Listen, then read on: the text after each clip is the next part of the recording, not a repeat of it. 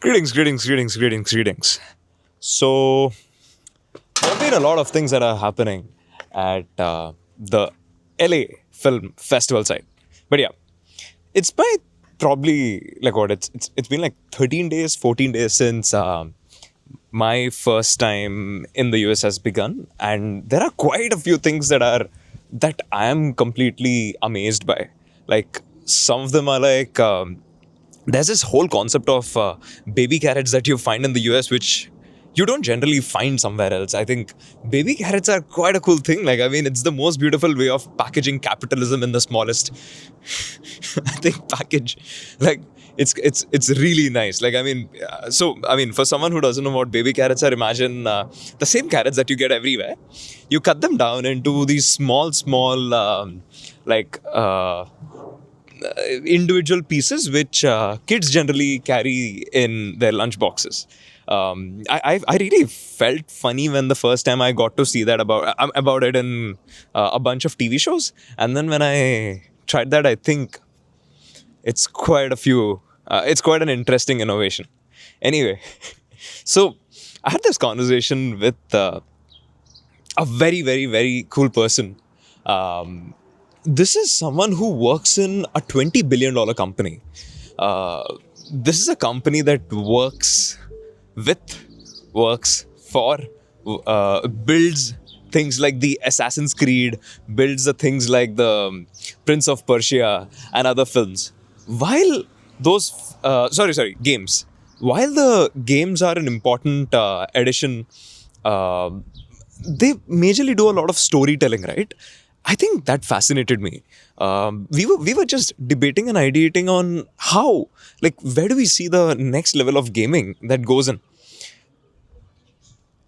More than the conversation itself, something that excited me is that why would someone from such a big stature like to initiate a conversation or do something with us? That always was running in my mind, and at the end of the day, I think it's just that delusion of things will work out is really something that will make things work out. For the Mumbai Film Festival, this is not a story that a lot of people are aware of. We initially started with putting $30,000 of our own capital, and the event kept becoming bigger and bigger. We didn't really have a lot of funding while we were building it. But it was this optimism and delusion that, you know what, things will fall in place, things will work out, is what kept us running. And it did work out. Same thing with the Delhi Film Festival, right?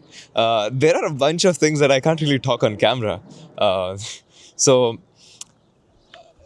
when we organized it in Delhi, the whole point was about this one thing. The culture ministry, who gave us the permission to organize it in this UNESCO World Heritage site, never ever organized an event, not publicly, but for a private entity, for us. Why should someone give it to us? I think that is a interesting conversation that we had with the government. Like, all they loved is that, you know what, we were not doing anything with it. You're doing something with it. And that convincing took a bunch of time, and the team did an incredible job on that. So when we pulled the venue, people freaked out. I mean, this is literally like a monument. How do you even get to organize an event like this over there? We definitely think there are a lot of things for us to improve upon for the Mumbai. Mumbai, I believe, is one of my core memories, no doubt on that. And Delhi, we believe, you know what, it's good, it's all right, but this is not something that we are personally passionate, proud of. Like, me and Hardeep, both of us really feel there is a lot that can be done on that. So that was the part of it. And coming back to the Assassin's Creed's person, this person happens to be one of the core directors over there, and had like a 1 hour long conversation. The whole point of the conversation is about why and how can these large companies be invested in the process of building it. Doing the AI Film Festival, I think, sure, is an interesting approach. But beyond that, we don't come from certification of cinema. It's not something that we possess or have. Like, we don't really have like a ton of experience in like being on the board of cinemas or doing anything related to cinema, right? But something that we had is that this accelerating optimism that drawn us to people who can, I think, who together have done things. Like, it's a part of the story where how Blue Lawn has become a thing which enabled a bunch of people in India. I mean, it was used by 250,000 people. Like Harish and Shayans have done an incredible job at it, no doubt about that. So right after that, there is this like Hardeep's story is also exactly on a similar nomenclature, where residency houses by far have been some of the largest hotspots to the best talent on the planet. I mean, even the Cursor team came out of residency, right? It's quite cool. So very similarly, I think it's just to find this network of people with who there can be a bunch of things be built. We should just navigate towards these people. Like every time. There's something very, very interesting. Um, have you seen Kanye West's latest set design where he was standing on like a stage which looks like a planet? He was standing on the planet and then he was singing. It looked so incredible that it was just the visuals itself are so impeccable. I mean, no doubt he's a legendary artist, but beyond just being an artist, the way how he presented it is out of the world. I'll try to put a picture on the screen here and there. When they did that, like internet lost its shit. Why was nobody thinking of something like this, right? Nobody thought of a structure, design, set design as beautiful as this. I think that is because everyone. I think that is because everyone thinks about set design in a very commercial way, but not in an artistic way. Yesterday, I was speaking to someone who works with this team, like these bunch of thinkers who puts things together. Is it an agency? It's not. Is it a like a company? Definitely not. So Kanye has his team of bunch of artists, independent artists, and these people have only one thing as a key differentiator. Basically, across all of them, they have this one core skill of impeccable taste. There's a funny story where they just work together because their ideas are heard. They just like to work together because their ideas are wild, bold, but there is someone to believe and trust in them. I think there is a lot of necessity for people to do the exact same thing. Like, there's also someone that I know who is a billionaire who tried hiring these folks, but he was not able to. It's not the money. It's just they have to feel the vibe for it. I think some of the biggest talent management agencies on the planet do that job really, really well. There's this funny story. How do you spot these people that it's this team, it's the same team that have done it?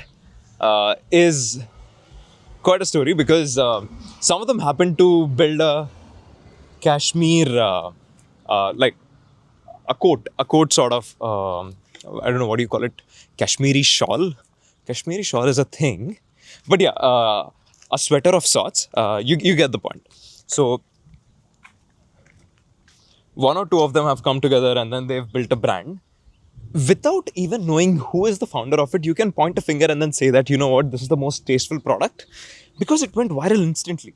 I mean, be it a bunch of people, including the Kardashians, wearing it, using it, that felt okay, that was nice.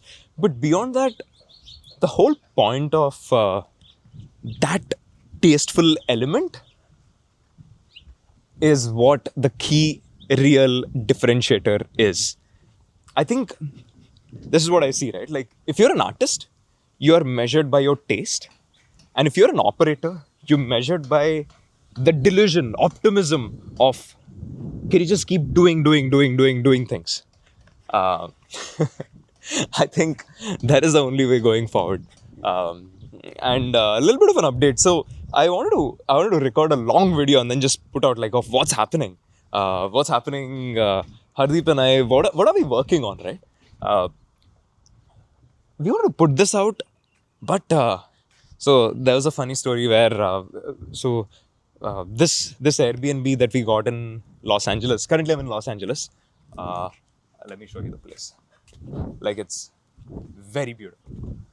I think the summers are incredible. I mean, for me, it feels exactly like Bangalore, but a little cooler. I'm able to survive. I mean, I was not able to survive in Delhi, but I'm so glad and happy about this weather over here because it's just great. It's just great. I think this weather is better than for me personally. I like it better than San Francisco. Um, yeah. Okay. So coming back, so the Airbnb that we got has this like a small patch, like a small garden patch in the front yard, and we were sitting there and then recording the video. It was very we tried to keep it as raw as possible and as real as possible. Sure, I mean we've kept it real and raw, but in the middle of the video, like Hardeep feels very hot, and then he removes his shirt. And my concern is, I'm not sure how the audience would react to something like that. Sure, I know you're going to the gym and then you gain like a bunch of muscle. But yeah, that kind of made me feel like, oh wait, what's happening? And then I sit with the editorial team. Like, there are three really, really cracked filmmakers that were sitting together and then trying to figure out how do we solve this problem, right? I mean, it's just an editing thing. So that was exactly the point when one of them comes up with the idea that, you know what, we will AI generate a shirt. Like, I was like, okay, fine. I mean, I was thinking of putting a 2x2 mosaic, like basically just blurring the image out. I mean, it's not that bad. It's just that me overthinking a bit. So he generates a shirt and it looks so real that if I haven't given this information, people wouldn't have even known, like, that, you know what, that is an AI generated shirt. But yeah, again, we do not want to. I was thinking about it, and it felt quite fair, right? I mean, if we are not real about the conversations, what are we building for? I mean, we're trying to have fun in the process of while building it, and I think definitely the way is keep building in this direction, and try to be as real as possible. And I think this is one of the first videos trying to be real as possible. And yeah, this is complete information on how things are happening, what's happening. Oh yes, so we have some of the largest companies, people who built Assassin's Creed, people who built Prince of Persia, supporting the Los Angeles AI Film Festival. And I think it's great.